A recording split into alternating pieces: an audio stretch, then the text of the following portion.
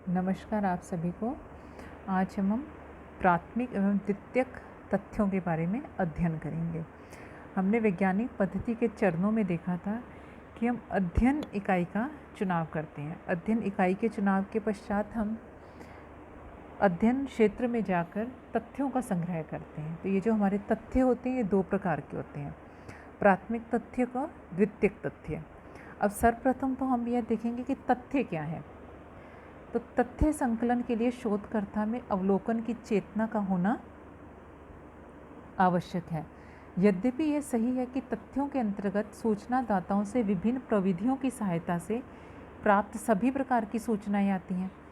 तथ्यों के अंतर्गत हम उन बातों या सूचनाओं को सम्मिलित करते हैं जो अवलोकन के योग्य हों, जिन्हें लिखित रूप में रखा जा सकता हो। वैज्ञानिक ज्ञान की सीमाओं के विस्तार हेतु शोध प्रयत्नों के आधार पर संकलित की गई साधारण सी लगने वाली छोटी छोटी सूचनाएं भी बहुत अधिक लाभदायक होती हैं। इन्हीं संकलित सूचनाओं को तथ्य या सामग्री के नाम से हम पुकारते हैं। ऐसे तथ्यों या सामग्री के आधार पर ही वैज्ञानिक निष्कर्ष निकाले जाते हैं और नियमों का प्रतिपादन या सिद्धांतों का निर्माण किया जाता है। तथ्य संकलन प्रत्येक विज्ञान, चाहे वह भौतिक विज्ञान हो या सामाजिक विज्ञान, का लक्ष्य होता है और यह महत्वपूर्ण भी होता है। व्यवस्थित रूप में संकलित तथ्यों के आधार पर ही वैज्ञानिक नियमों का प्रतिपादन किया जाता है। तथ्य संकलन से ही घटनाओं के कार्य कारण संबंधों को ज्ञात किया जाता है, कारण प्रभाव संबंधों का पता लगाया जाता है। प्रत्येक विज्ञान में विविध घटनाओं के कारणों एवं प्रभावों को जानने का प्रयत्न किया जाता है। अतः हम कह सकते हैं कि विज्ञान की प्रगति तथ्यों पर ही निर्भर है। अन्य शब्दों में प्रत्येक विज्ञान तथ्यों के आधार पर ही आगे बढ़ता है, ना कि कल्पनाओं के आधार पर।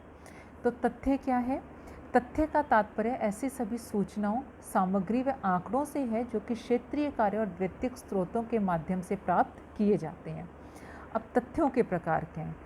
अब हमने तथ्यों का अर्थ देखा, तो अब तथ्यों के प्रकार हैं। तथ्य दो प्रकार के होते हैं, प्राथमिक तथ्य और द्वितीयक तथ्य।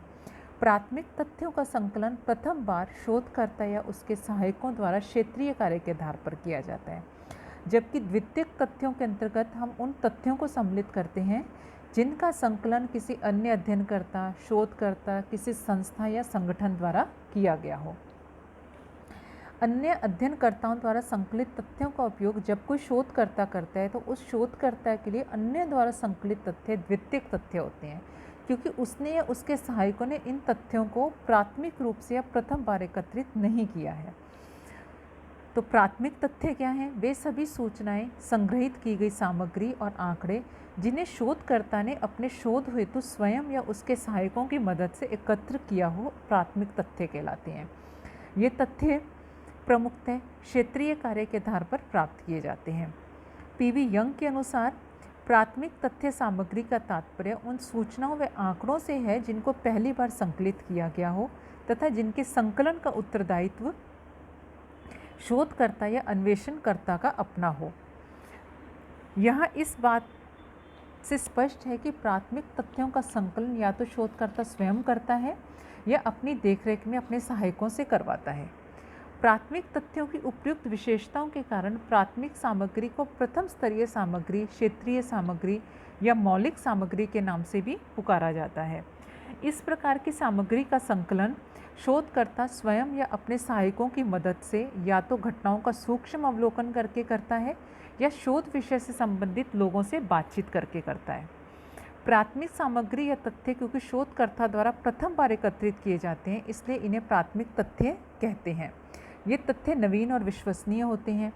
इन्हीं तथ्यों के अधिक विश्वसनीय होने का कारण यह भी होता है कि इन्हें शोधकर्ता नियंत्रित रूप से अपनी प्राकल्पना के सत्यापन की आवश्यकता एवं अपने अध्ययन के उद्देश्यों को ध्यान में रखकर स्वयं संकलित करता है।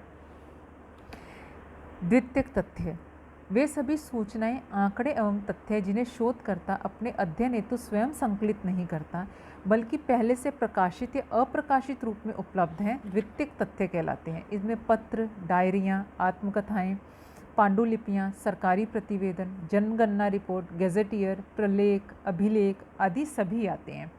इनका तात्पर्य है कि द्वितीयक तथ्य पहले से ही उपलब्ध होते हैं जिनका उपयोग कोई शोधकर्ता अपने शोध के विषय की आवश्यकता के अनुसार करता है। किसी शोधकर्ता या संगठन द्वारा इस प्रकार की सामग्री या तथ्य से पहले से ही संकलित किए हुए होते हैं। पीवी यंग के अनुसार द्वितीयक तथ्य वे होते हैं जिन्हें मौलिक स्रोतों से एक बार प्राप्त कर लेने के पश्चात काम में लिया गया हो एवं जिनका प्रसारण अधिकारी उस व्यक्ति से भिन्न होता है जिसने प्रथम बार तथ्य संकलन को नियंत्रित किया था। स्पष्ट है कि द्वितीयक तथ्य वे तथ्य हैं जिनका एकत्रीकरण स्वयं शोधकर्ता या उनके सहायकों द्वारा नहीं किया गया, परंतु जिसने किसी अन्य अध्ययन हेतु किसी व्यक्ति या संस्था द्वारा संकलित सामग्री का उपयोग किया हो। इस सामग्री या तथ्यों का उपयोग करने वाला इसके क्षेत्रीय संकलन से संबंधित नहीं होता। तो उपयुक्त विवेचन से स्पष्ट है आपको कि तथ्य दो प्रकार के हैं, प्राथमिक तथ्य और द्वितीयक तथ्य, तथा हमने इन दोनों के मध्य अंतर भी देखा कि प्राथमिक तथ्य क्या है और द्वितीयक तथ्य क्या है। तो अब हम इनके स्रोतों का अध्ययन करेंगे। प्राथमिक तथ्य के स्रोत क्या हैं और द्वितीयक तथ्य के स्रोत क्या हैं। प्राथमिक तथ्य चूँकि मौलिक होते हैं, इनका संकलन और प्रचारण करने का दायित्व उसी व्यक्ति या शोधकर्ता का है जिसने इन्हें एकत्र किया है। तो प्राथमिक तथ्यों का जो संकलन है वह शोधकर्ता अध्ययन क्षेत्र या जो अध्ययन की इकाई है वहाँ जाकर करता है। वहाँ वह अध्ययन की इकाई व्यक्ति से सीधा संपर्क कर तथ्य संकलित करता है या वो किन्हीं अन्य प्रविधियों का प्रयोग कर भी तथ्यों का संकलन करता है। इन प्रविधियों में साक्षात्कार, अवलोकन, प्रश्नावली, अनुसूची आदि प्रविधियाँ आती हैं।